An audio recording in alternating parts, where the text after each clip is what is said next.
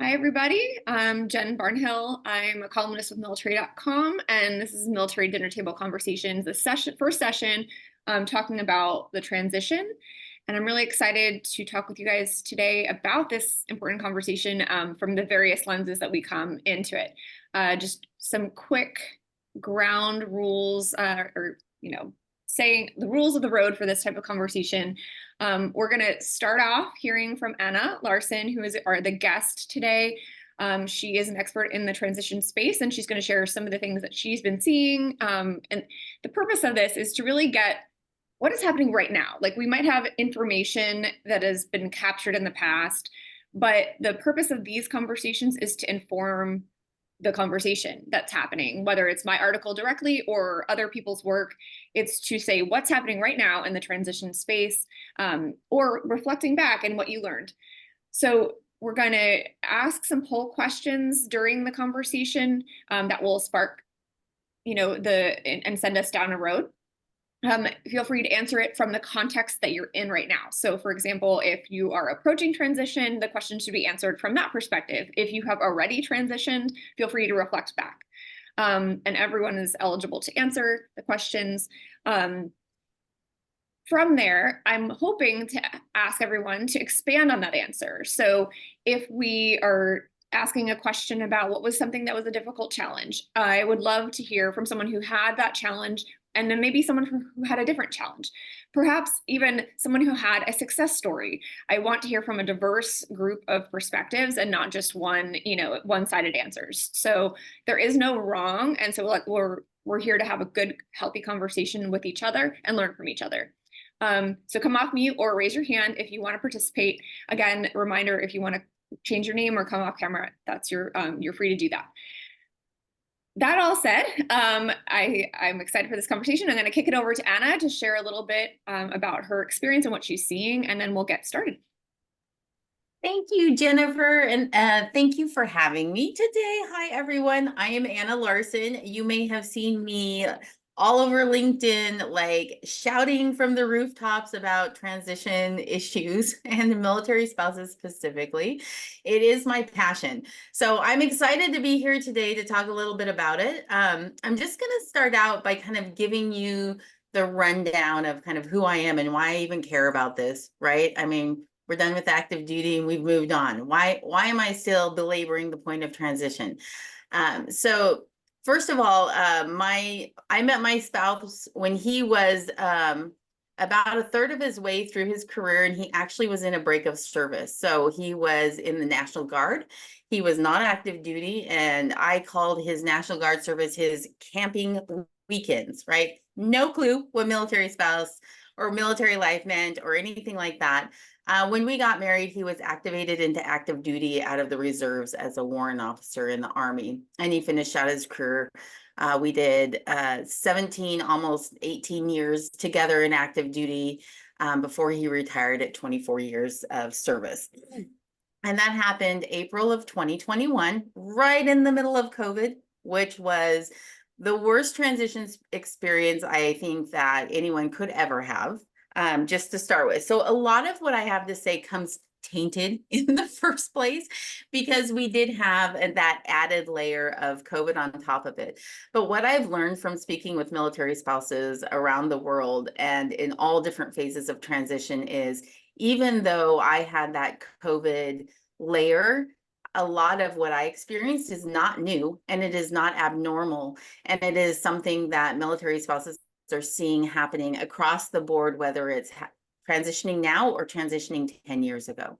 So I just began this site, and I've actually been doing this transition work for a few years in the form of live streams and just conversations and information gathering.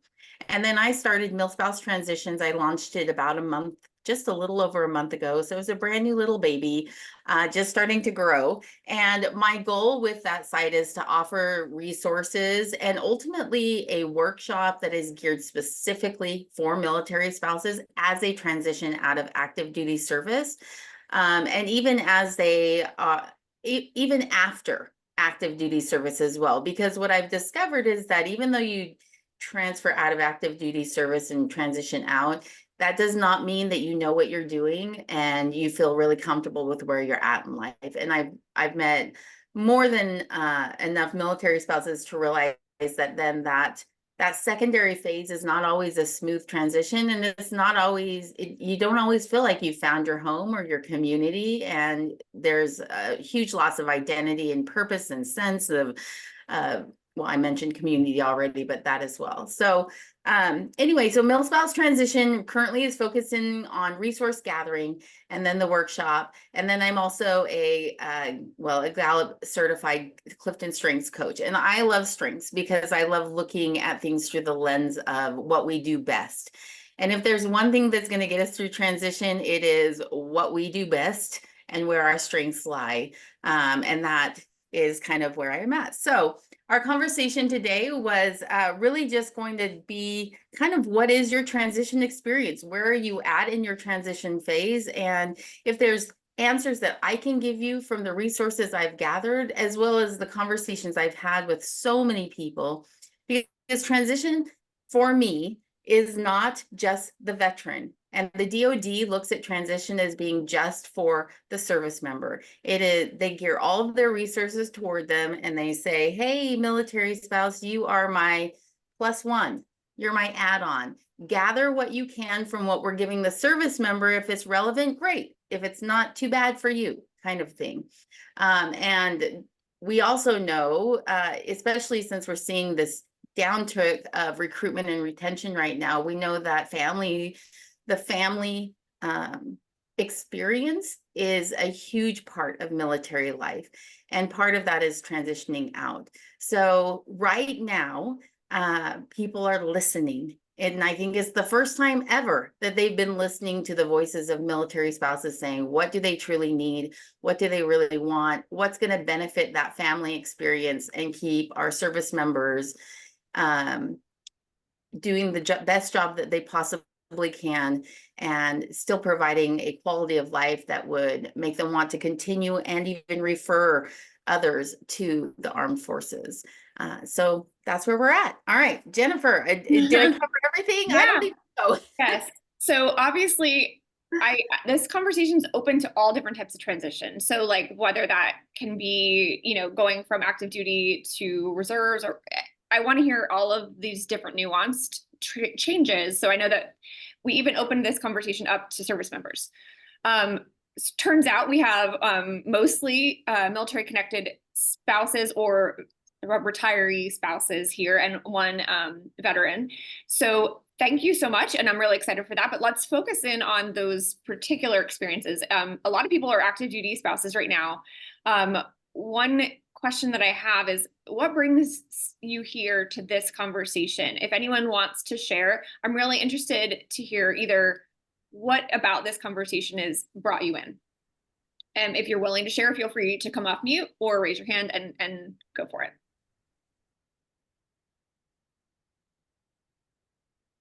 And as a reporter, I don't mind awkward silences, so you'll learn this quickly. I hate awkward silence, Jennifer, so I am always going to fill it. Hey, everybody, I'm Ellen. I am excited to be here today because this is the next big thing on the horizon for us. And I want to approach it in kind of the same way that I've approached all the other big questions throughout my husband's military career. It's been about 18 years now that we've been married, that he's on active duty. And so this is the great unknown.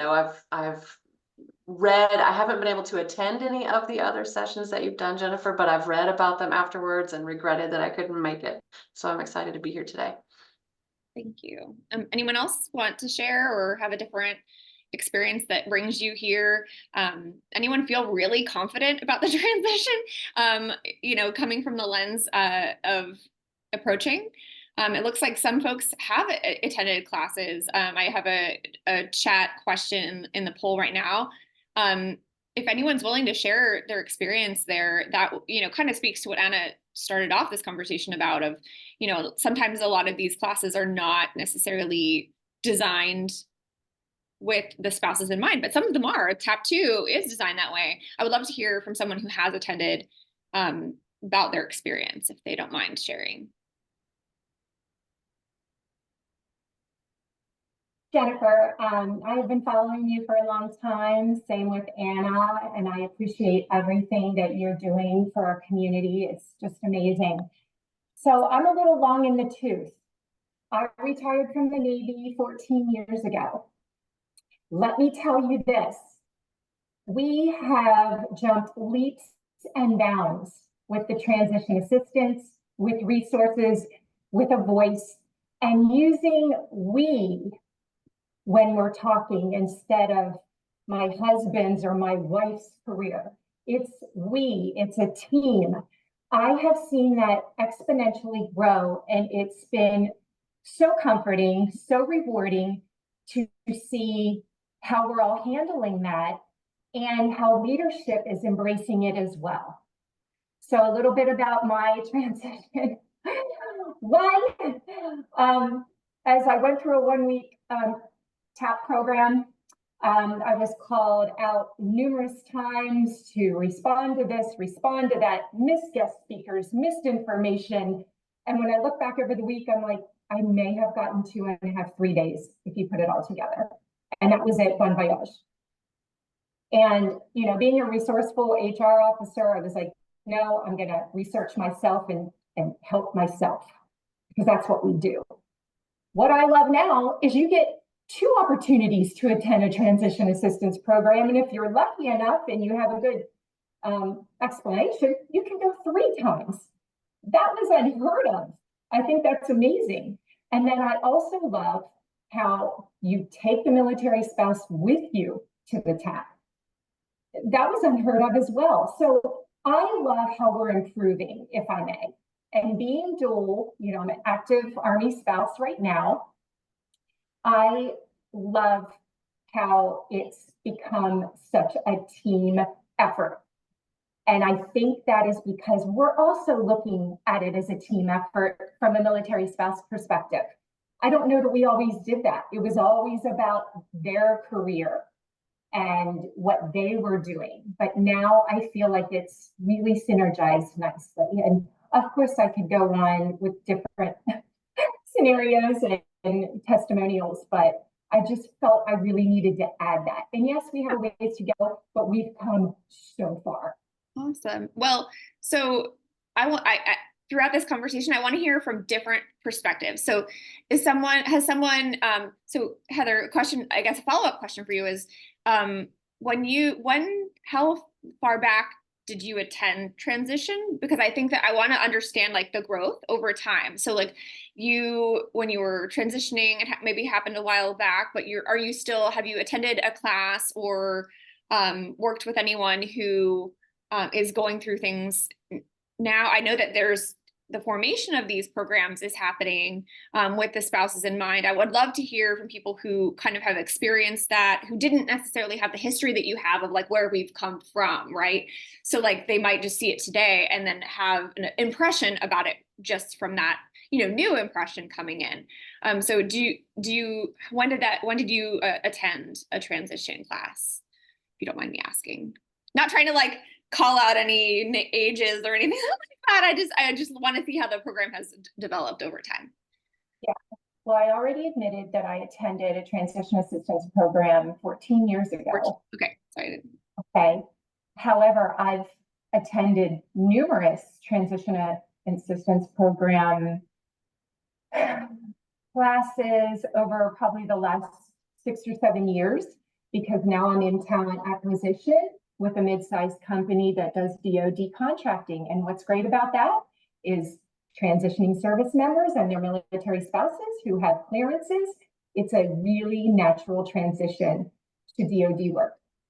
So I want to say that I feel they've added a holistic and or a mental health conversation to TAPs that they've never had before. So that was a little bit surprising to me. I just feel like it's more uniform, it's more important, leadership has an emphasis on it. So that's where I'm coming from my perspective in attending. Thank you for sharing. Anna, I see you raise your hand. Feel free to come off mute. Thank you, Heather.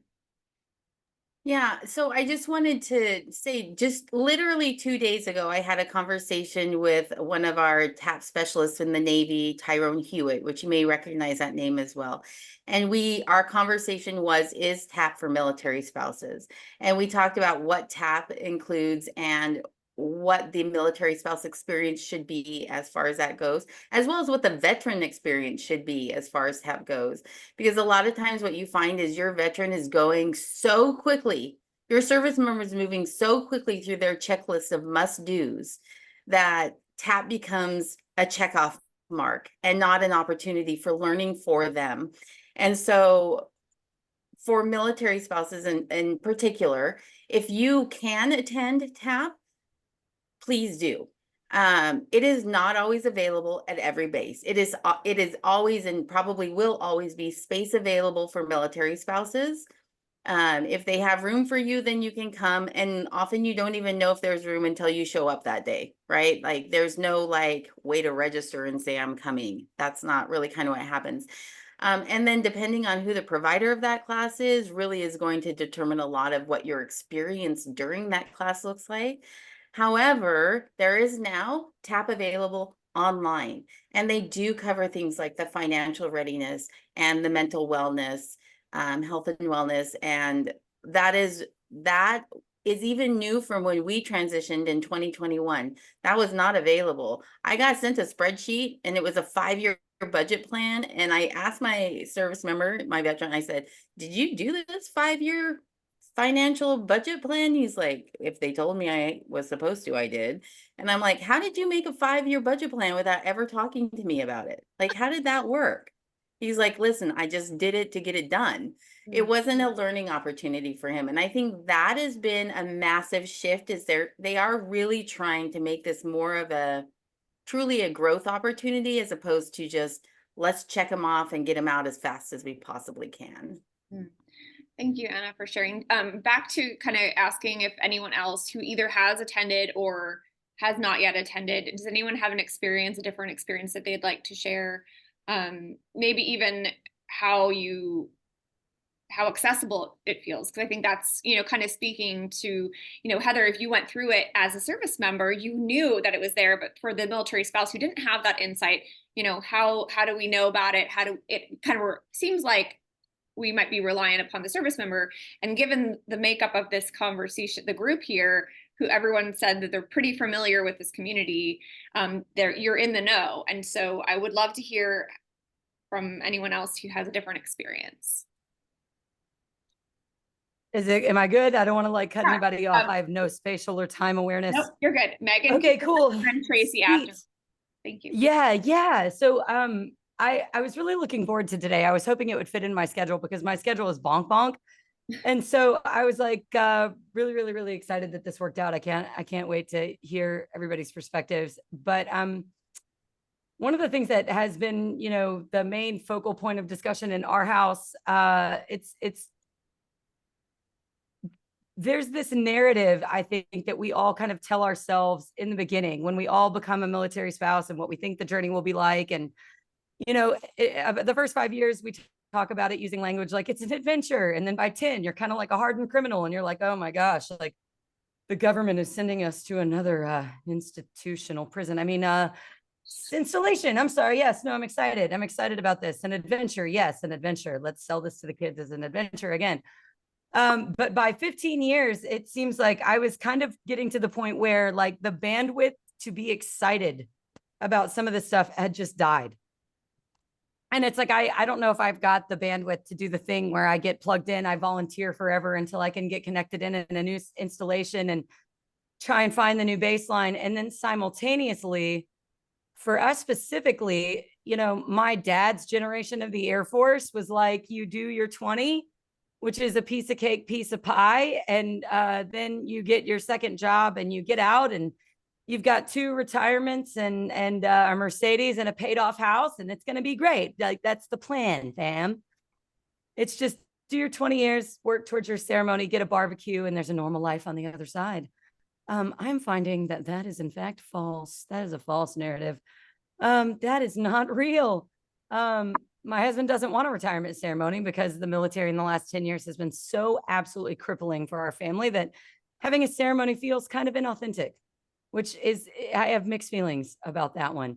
And then simultaneously being in my, I'm $29.99 plus shipping and handling, we'll say it that way.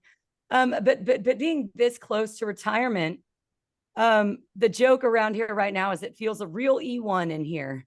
We're checking our bank account before going to Starbucks. And I'm like, I haven't done that since you were Airman Basic. What is this? Why is it the way it is? And so I think for me, my experience, Keith out processes next week and then goes on a 6-month skill bridge. There has been no communication about TAP. There's been no communication about any resources available to me. And because like you, Heather, I am also a resource junkie and man, my superpower is turning coffee into engagement strategies and being the poster child for adult ADHD. I will find it. The hyperfocus is working. But I can only imagine what it's like to be a spouse that's been disconnected from the community, or also like tired isn't the word. There's a weariness once you hit 15 years that I think just stays of being in survival mode for this long. And now just kind of not caring and being like, dude, let the chips fall where they may. I have no more effort. So my experience has been, to summarize, there's no connection whatsoever between the communication channels and me. There's no awareness of any sort of resources that will help me, or that even validates the fact that like the last 18 years of my life means that I have no retirement account now. And my husband has one. And that makes me very sad. And even if I was a wiser and more financial savvy 20 something when I got married, that is an oxymoron. I might have opened up an IRA or a retirement account, but when you lose $5,000 to $10,000 every time you move, with what money am I going to fund that sucker? So I don't think there's a lot of good acknowledgement or validation of what the actual sacrifice in finance and in readiness military spouses are making. And then at retirement, we're asked to revert back to coupons and cash only options. Megan, Can I add one thing about that really quickly too? Megan, with you so much on feeling exhausted by all of the things. But additionally, while you are an active duty spouse, you've got these programs, you've got hiring preference for federal jobs. And then after your service member retires or leaves service, all that stuff goes away.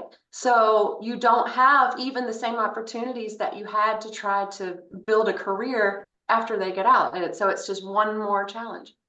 Amen, sis. May I ask a follow-up question? And I want to get to Tracy because she unmuted as well. And thank you all for just adding in direction to the conversation. So Ellen, when you talk about the lost opportunities, I know there are those specific ones you mentioned available while you're on active duty. Has anyone looked into, or maybe Anna, you can share, are there any opportunities that maybe are not the same, but like a new opportunity for veteran spouses that might help obviously there's nonprofits that offer resources, there's things like that, but as far as spousal hiring, I know veterans that they're no longer connected, but they get that preference. So there's no connection then for veteran spouses. Is that correct to your knowledge? Right.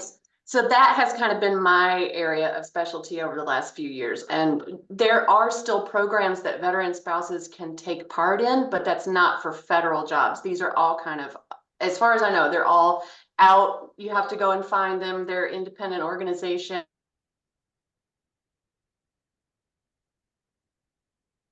Oh, we lost her, but I'm just going to echo and say, yes, she is correct. There are no preferences for veteran spouses, and you have to kind of find your own way to whatever hiring employment support system, whether it be hire military or hire our heroes, or they all have a spouse branch that you can access and take part of. Sorry, Ellen, you cut off in the middle. So I'm like, yes. I'm sorry. I know I'm on a hot spot because my Wi-Fi is spotty. Yes, continue. No, So that, I mean, that was it. Yeah. I want to I don't want to lose this train because I have a note to go back to resources for family members after transition, but I want to make sure to go to Tracy who unmuted before and give her a chance to share, and then we'll go back to resources. Well, and I know the conversation's going in another direction too, but I guess back to the TAP. So hi, everybody, I'm Tracy Steele. So I am a retired spouse now. My husband retired January 1st, 2022. So our experience, we did go through that transition, you know, the TAPs during COVID. So he was a chief of staff somewhere, and he tried to get it in because it was mandatory. It was one of those check boxes, and it was not really, you know, given information to me. I sort of listened in at one point, like from the other room, didn't pay too much attention because it wasn't really included. Didn't feel included to that. One other class we did go through was the Ruling Associates, right?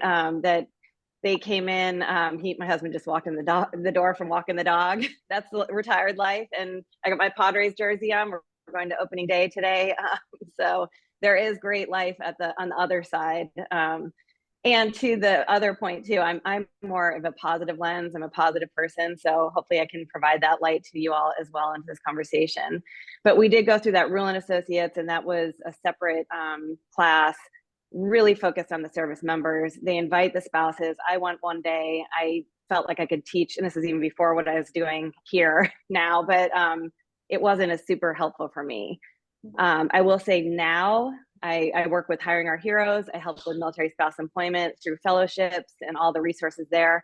I am continually asked to speak to different groups about the resources and how to help support spouses and employment and veteran spouses. So there's many different units, you know, that are special operations, and, you know, like all these different units are asking me to come in and brief their spouses during their transition classes. So I think that certain areas are thinking outside the box and bringing in these resources to then put them in front of all of our spouses and have that we conversation, bring it all in, you know, transitioning together.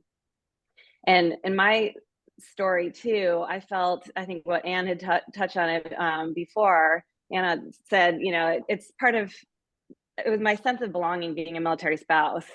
I served alongside my husband he did 26 plus years. So I got very involved in the military community. So it was very much a transition for me when he was transitioning as well. So it was like, what was next for me? So for me, spouse employment was very important. And I meet spouses every day that it equally is. So anyways, that's a whole nother conversation. But so I think, and even to Heather's point too, I think there's a lot more resources now available, and we are being supported. I think it's just knowing where to go find them and asking for the information. Yeah, thank you so much, Tracy. Can I ask you a follow-on question? So you mentioned the program you attended did not necessarily, it really was more aimed at the service member side. What would you have liked to see added? What would have been a value add for you? And this question's for everyone, because I think that, like, what we're saying here is there's no shortage of resources. There's not. It's just, you know, where is the gap? I would love to identify this gap, because clearly the DoD is listening. They are adding resources, and perhaps, you know, one person's experience, they get that connection, no problem. But where is that not happening? Like, because Megan, you know, as Megan shared, it didn't happen for her, and that's legitimately her experience. And so and we have to assume that there's going to be Tracy's and there's going to be Megans across the board, right? So how can we identify this? So Tracy, can you speak a little more of like what you would have liked to see happen in that class that could have really added exceptional value to you, or you know, then we can talk about that. Yeah, so I think that if they had looked at me as somebody who's professional and transitioning and what is next for me, it was solely on the service member, which I get it. They are needing to transition and figure out their next career, but there was nothing really for me to benefit other than just listening and supporting my spouse and taking in the information. So if they could have had, and I'm not sure that this is the greatest of classes, there's so many other resources I think I would recommend.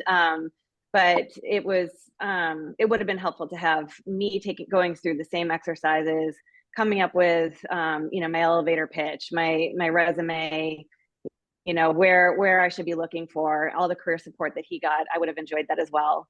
But, I think where the disconnect is it probably starts in the unit, whoever, wherever you're attached to, and the information being disseminated out to the service member. And usually it goes to the service member, unless you as a spouse and the service member has signed you up with a family readiness, whoever you have that's going to be sending the information out, you might not get that information sent to you to be able to attend these things.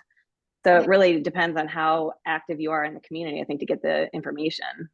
Yeah, absolutely. So I want, before we go to the resources, which is like the thing that happens after you transition, right? Or the thing you're looking to, I want to find out the information, how we're getting this information, and also perhaps like a little bit more of then going into the emotional impact, which was the number one concern or impact that people cited in the poll. So I want to make sure we touch back to that too. Megan, feel free to share your what you'd like to share.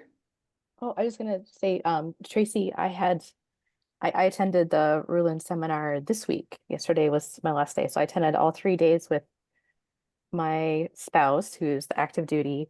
And the course is focused on the service members who are in senior management positions, being able to transition into other senior management positions. But I took the opportunity with because I was already getting childcare for my kids, of going through all the exercises with my husband. So I was allowed to like do my 2 minutes and 30-second along with some of the others when it was appropriate, but the focus definitely was on the service members. So it would be cool to have a similar course to that focuses just on spouses, because as spouses, we are already navigating a lot of career changes. So we already have a lot of experience doing career changes. So we're coming from a different perspective, and like just setting up and living in new places all the time.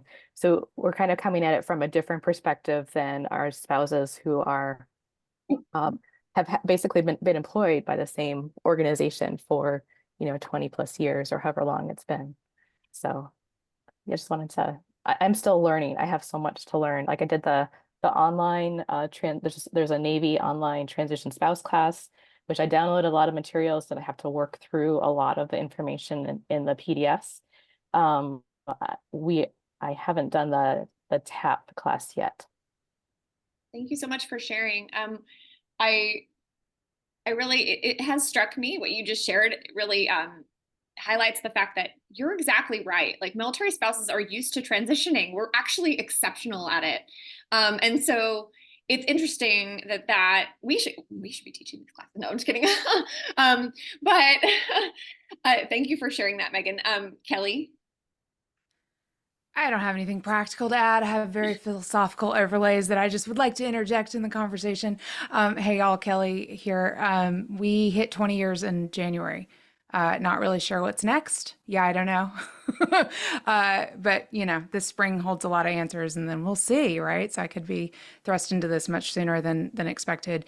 And I think in concert with a lot of the answers that I was seeing on your poll a second ago, I think like we've got it figured out, y'all. Like the spouses, I mean, not for the most part, not that a course wouldn't be helpful, but I personally, I think there might be a bit too much reliance on the official resources and not enough reliance in our own abilities, in our own capacity to be able to navigate the transitions that we continually navigate. And actually, I think the problem backs up so much farther in the fact that we feel like we've been robbed of agency, and a lot of times actually have been robbed of agency throughout the entire process.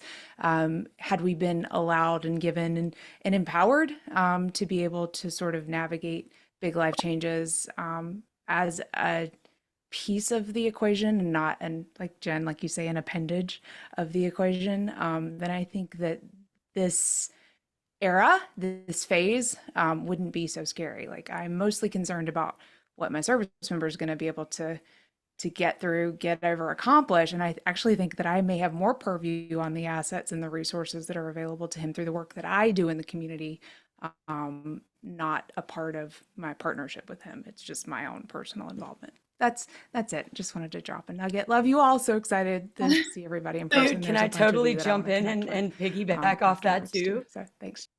Oh, Kelly, I love you.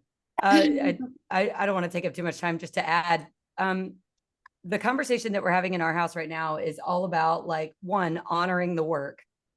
that, you know, I've honored my husband's work in the sense that I have dropped opportunities, I've dropped jobs, communities that I wanted, locations I wanted. I have passed over things that I really wanted to pursue in order to support this career. And it's not a matter of counting the invisible brownie points or keeping a score list, because I don't think that that's the healthy way to view that. But I do think that sometimes in the back of our minds as military spouses, we get this idea and understanding that one day they'll do it back. That in the same way we have sacrificed, and in the same levels, the same understanding, the same big shows of support, that those will come back. And I'll be honest, I think that's a little bit of a myth too. I think that goes along with the barbecue and the normal life philosophy, because there's never going to be an opportunity for my husband to be primary parent for 6 months while I go off and do something else in pursuit of a mission that our family has rallied around that probably is not going to be the thing. However, you said something, Kelly, that I want to double click on. I am always in the fierce pursuit and in the defense of my own autonomy. I've always been an earner. I've always been high productivity. And even when I wasn't an earner, the cash value of services rendered that I bring into my home was astronomical. And that's, you know, tongue in cheek, a little sarcastic, because I mean, I was a cab driver, a boo-boo kisser, and a practitioner, and a caretaker, and doing all the things, and you know, having a head chef that is very nice to you after 7 p.m. You know, that counts for something. So I think about all the ways I've contributed to the flourishing of our household, and how the military does not honor that well. Neither do they create a language and a culture within service member marriages that do that well. It's literally like, well, that was the job, so you want a sticker for doing the job? Even though the job in and of itself will take mind, body, and soul. I think that's kind of where I just was clapping and snapping and doing all the things, because like autonomy, agency, do we get those as military spouses? Not if we don't fight to keep it. And then sometimes fighting to keep it sometimes looks a lot like resentment. Megan Brown out. Love you. Yeah. Well, you know, that is, you know, in line with the question that I just asked. And so the question, because you can't see it when you're on the recording, is do you anticipate, or did you experience a change in family dynamics, a change in roles, which spouse's career will take priority? And I think that has been a message that has been, that I know I received, that there would be opportunities for a career. And I know this is the thing as a reporter I shouldn't do. Like I had a PhD scholarship lined up to be in art history, and I had to step back from that because I loved the man I loved. And so it's one of those things, like we all make similar sacrifices. And I think to your point, Megan, that might be where the transition gap might be. You know, it sounds like what you're sharing is that there is a little bit of that identity that we all are associating our experiences. We have some identity in there. And I would love to hear from someone who is willing to share about the emotional impact, because that was on the poll question earlier, the primary concern of transition. And it was mainly in the service member lens, or the service member side of things. But I think that's something you can't really talk about in a class. That's something that is a family thing. And I think that for that purpose, it's, you know, maybe you can talk about the approach and that to expect it and the preparation there, but you don't walk through it in that class necessarily, right? So would anyone be willing to share about this type of dynamic that's happening, or their concerns? And it's really personal, I know. Anna? Yeah, oh, I'm happy to jump in here. I have no problem talking about this, because my spouse and I have decided that this is a conversation that has to be had more frequently and more openly. So for us, we had that, you know, that life that Megan had talked about, that dream life that we were going to have. He was going to get this great job. We were going to live here. We were going to do this. We are going to have, you know, a little land and animals, and everybody was going to be so happy. And the reality was he has a severe form of anxiety and depression that's tied to PTSD. He doesn't function well. He gets headaches every other day that are so debilitating. He can't hold a full-time job. The VA has been so difficult to work through. his care providers are changing constantly. Nothing is consistent. And this is the reality 3 years after we've retired still, where he wants to hold a job and contribute with the family, which has now placed a huge burden on his mental and emotional health with, I'm not doing what I promised I would do when we transitioned out. We didn't realize, because he never stopped. When you're active duty, it is go, go, go, go, go. They go and they don't address those issues, and then they get out. And that whole VA process, the doctors are asking them questions and saying, open those containers, dig into that pain, tell us all about your trauma, or we're not going to give you 100%. That's the answer, right? So they do that. And then some of them are able to close those containers back up and pretend that it didn't happen, but a lot of them aren't. So I feel very passionately about the whole, the need for better care in terms of mental health services before you ever even transition out. I mean, starting from the beginning of your service experience, this needs to be happening all the way through every deployment. There should be like a formal mental health process, all that kind of stuff, in my opinion, needs to be a massive change across the board for the DoD to recognize as being something that's necessary. So I speak out a lot about PTSD and our experience as a family from it, because it has massively affected our ability to transition into that life we always wanted. And he's thankfully, my spouse is okay with me talking about it, because he's like, it is what it is. I mean, it's not going to change if we keep quiet. And if it's something that will help another family, then let's do it. And by let's do it, he means me go do it. So that's what I would add to this. Yeah, and I reiterated, sometimes I don't state my questions as clearly and concisely as I want to, but essentially, if anyone's willing to speak to the emotional impact either on themselves or their service member, because I think that loss of identity is a major factor and something that I think we think about to some extent, but I think it underlies some of the things that you all have shared in your concerns. I think there's good things, the resources are there, but I don't know, is the emotional part of it the scariest part? Ellen, I see you unmuted. Yeah, I'll answer. For me, yes, right? I've started to do the same thing that I always do in advance of an upcoming PCS, right? Where you start to emotionally kind of separate yourself from whatever is there in that community where you are now. Well, I've started doing that now at 18 years, kind of closing the window on this military life overall. And I can see it in myself. I can recognize like, oh, wow, I've really been disconnected from all this military stuff. Yeah, it's because I'm doing the checklist in my mind. I'm starting to kind of back away and get ready for what's next. But I can tell you, like, my big concern is not myself. I've been able to keep a job. I've been able to, build a community wherever we go and find myself. My husband has been doing this since college. He has never done anything else. I don't know how he's ever going to find another job that will be anywhere near as cool or exciting or fulfilling or whatever. And I'm concerned, right? He has been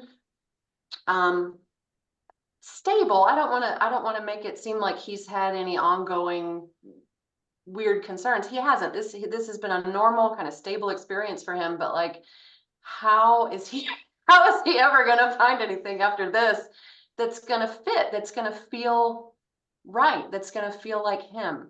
And I just don't know. Yeah, I think I don't know about you, but I agree with that. I feel that way too. It's the emotional regulation of your whole family, almost, how do you get through something that it's a disruption, even if it's, a good step forward, it's still a disruption, it's still a change, and it's a huge one. Does anyone else have anything else that they'd like to share on this topic before we jump in back to resources and before we close out? Anna, I want to have coffee. Put that in the books. We need to chat. I guess the last thing I would say, you said something a minute ago. We need to be talking about this well before we are. In some ways, yes, I would agree with you, Ellen. Like, we have done this, like, we have learned how to build community, and we've transitioned over, we've done it over and over and over. because when I jokingly say my job is I stay with the stuff. Like he goes into end process and I get to stay in the house with the stuff and our feral children and all of their excitable emotions about that. What I wish someone would have said to me is that there's a point where you hit the wall and you no longer have the ability to juggle all of it well. I've hit the wall. Everyone I know that's in leadership has hit the wall. At 18, 19 years, our kids are all, you know, somewhat grade schoolish. I've got a high schooler down to a third grader, right? The burden is too big. And because we have systematically gaslit ourselves with that resilience word, like we're so good at this, we just need a better checklist and a good attitude. When you hit the wall and you're burning out, it's exploding everywhere. No one tells you that like it's going to just exude, that you are failing everywhere. Like you can't get your kids plugged in, not all four, maybe one, maybe two. You can't make all the PTA, PTO stuff. You can't manage the career anymore. Like all of it comes to like this screeching halt. And then on top of that, my husband too has PTSD and he was in treatment for much of last fall, like a full 8-9 week immersive. And I remember like the week he went into treatment thinking, okay, I've got to do it again. It's pre-deployment checklist time. Like, what are my resources? What do I have? How much of this am I going to bear?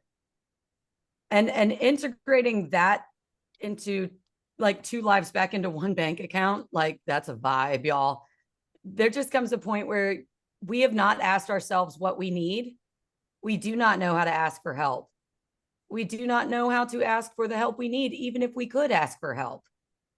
So the emotional side of it is military spouses should be prepared for this particular wave of non-sensory well before it gets here, because by the time it's here, it feels like it's a tsunami and everything is getting washed away. Like it's just debris. Like the accurate description we use at home, a 20-year military career feels a lot like a total loss in a tornado where you go outside of your front door and the framework's kind of standing, but literally it's trash everywhere. And you're like, that's a lot of destruction. I'm sure our kids are in here. We should get them out first. What do we do? What do we save? What do we salvage? Is some of this garbage? Can we throw some of this away? Are some of these coping skills still needed? I hope not. This is terrible. So, and thank you, Megan. Sorry, I'm gonna put French fries in my mouth. You're totally fine. I just want to give everyone as we approach the end of this conversation, I want to make sure to give people opportunities to share. I can stay on longer. We can stay on longer. I can end the recording and then we can continue the conversation. But all that said, I want to get to resources and I want to understand TAP 2 or the equivalent in a different program. So that's the program that's specifically designed for military spouses. What Megan just shared kind of highlighted something that I wonder, we don't even know what we need or we don't even know what we want is kind of what I took away from what she shared is like, we don't know how to ask for help. So if we don't know how to ask for help and we don't know how to say what we need in a TAP class, how are they going to make a TAP class that's going to help us? And then that's a question. But for those who maybe have either worked alongside those classes, attended those classes, can anyone speak to what is the design and or is it useful if you've gone to one? Has anyone gone to one? You can even raise your hand or thumbs up, even if you don't want to share about it. No, I assume not if I don't hear anyone saying so. Has anyone heard anything from someone about it? And this is, if not, that's okay. It's clear that we just need more information. I think we need to communicate that a little bit better. If this is in existence, is it available to everyone? Like, is it available where you are, to your knowledge? Okay, Anna, would you mind speaking to that? Because I'd love to learn a little more. Yeah, so again, it is going to be based on your location and where you are at and whether or not you are geographically located with your spouse, because your spouse can take TAP at their base, but you can't go to just somewhere else and take TAP, which is why they created the online version of this. And again, that's brand new. That's like within the last year that they're even offering those online courses right now. But you can essentially go through the exact same program that your service member is going to be going through in TAP. You just wouldn't do it in a group setting. So as far as like, is it available for everyone? It is mandatory for every service member who has more than 180 days in service. And that's National Guard, reservists, all of them. They all fall under that. So if they've done 180 days, TAP is a requirement for them to exit the military. And again, for spouses, it comes down to space available, whether or not the base allows it, or the TAP provider, I should say, and then just moving from there.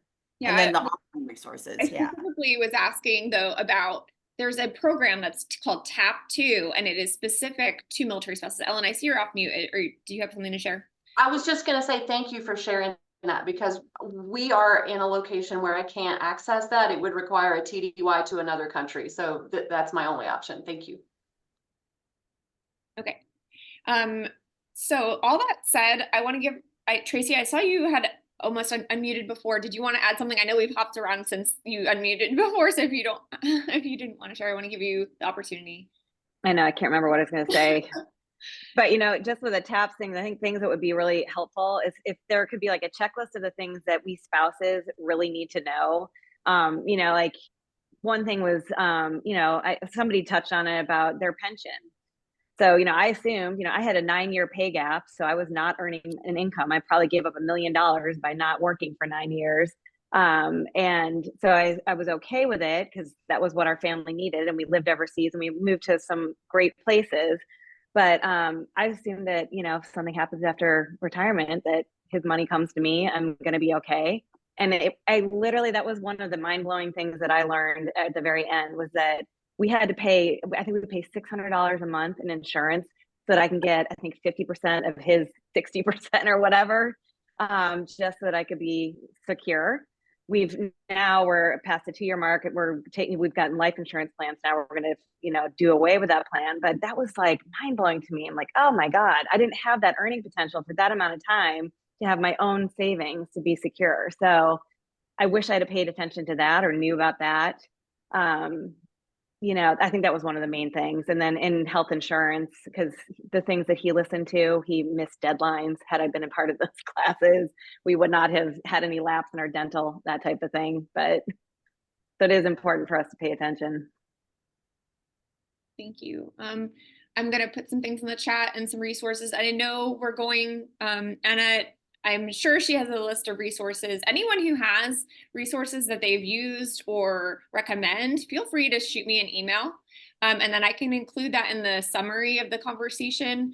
We're going to have another conversation this evening. And so it will be a mixture of all of that conversation in this one. And that will go out via Substack, and I'll make sure everyone gets that. Before we close, does anyone have anything they want to share while we're recording that they didn't get to share, that you think is an important aspect of this conversation? It's a huge conversation, so I know we did not cover half of it, but covered a lot. Anyone want to say anything before we wrap up? Anna, anything you want to share? Oh, Heather, go ahead. Go for it. Go for it. And sometimes, you know, taking responsibility for what this looks like going forward is really valuable and important. And the way I always look at it, I have 2 families, one that I was born into and this one that I was sworn into. And so they're both as valuable.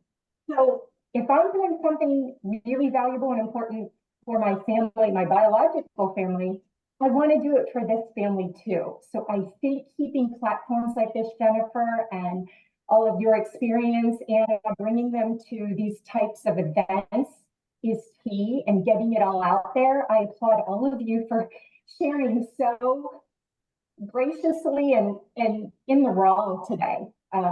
It's vitally important to get us moving forward to what we want to see. Thank you. Anna, did you want to say anything before we end the recording?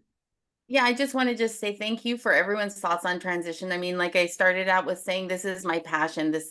My experience was so wild that I was like, I can't possibly be the only one, and I've discovered I'm not. And in that sense, I love that you're here, and my heart aches for all of those spouses who don't know anything about this and go full on into this. And then it's like a total tornado, like Megan mentioned, right? A tornado with destruction everywhere. They didn't even know what they were getting into. So thank you, because this just inspires me to keep doing what I'm doing and to continue to build out those resources. So please connect with me. And if you have information about something that I'm not aware of, I would love to learn more about it. Like the TAP 2, it is the teams. I didn't know it was called TAP 2, but yes. Anyway, across the board, thank you everyone for joining. Appreciate it. Alrighty, I'm gonna end the recording.